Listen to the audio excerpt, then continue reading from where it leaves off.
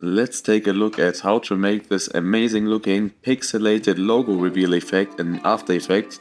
And this one looks super futuristic and is actually really simple, so let's just go right into it. So I just prepared a little composition and we can see we have our logo, which should be a transparent PNG file, and a simple background, which we could change later, but let's just keep it a dark solid for this example and apply the effects on the logo that we need.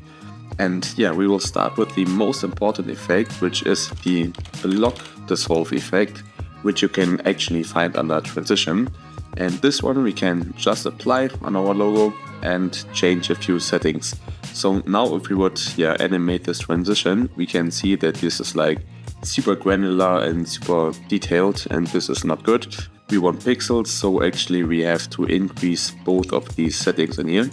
So let's put in something like 40 and 40 in here. Make sure it's the same value. And let's uncheck the soft edges box in here. And we can see we get some nice pixels.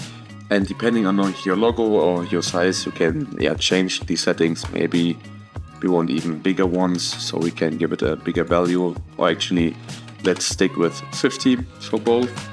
And yeah, this is super cool. Now we can just animate this. So let's go to the beginning of the composition, or actually where you want this to be fully vanished, and bring this thing to 100% and put in a keyframe. And then we can go to whenever we want this logo to be fully revealed. Let's go for like 2 seconds maybe, and then just bring this back to 0. And now if we play this, we can see this already looks kind of cool, but a bit I don't know, it doesn't look smooth. It looks like it's missing something. So let's apply one more effect, which is the CC white time effect. And we can just apply it and put in 10 for the backward steps. And now this will take much longer to pre-render, but you can see this has a more organic effect. I would say more organic look, and this is super cool. So now we actually want to add another thing, and as you can see in the example, we have like this glowing layer going on, or this glowing effect, which is on top of everything and just looks a bit more futuristic, a bit more techy. So let's add this. So for this one we can just duplicate this layer by pressing Ctrl D, and let's make sure to select the lower layer again and bring this a bit to the right, like 0.3 or half a second maybe, and this is good. And on the upper layer we will now apply a glow effect, which we can just look up and just apply. And for this one we have to increase the radius first of all, and maybe play with the intensity a bit as well. Just like this. And maybe we also want this to be a bit blurred, so we can look for the Gaussian blur effect. And just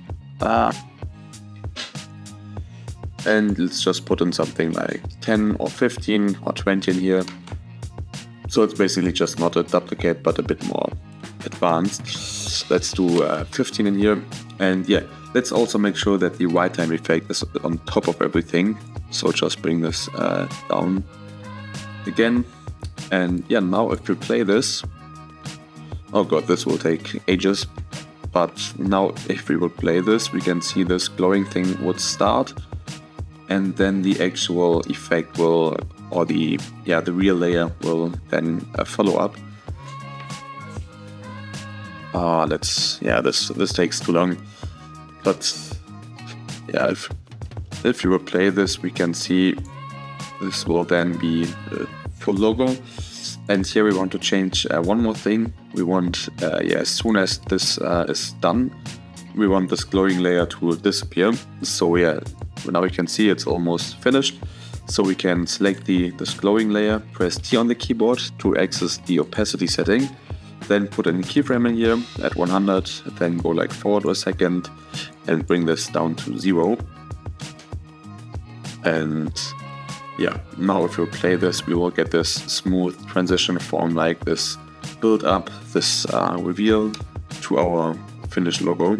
And yeah, that's it already. Of course, in the example that looked cooler. That's because there's a background actually, and not just a solid.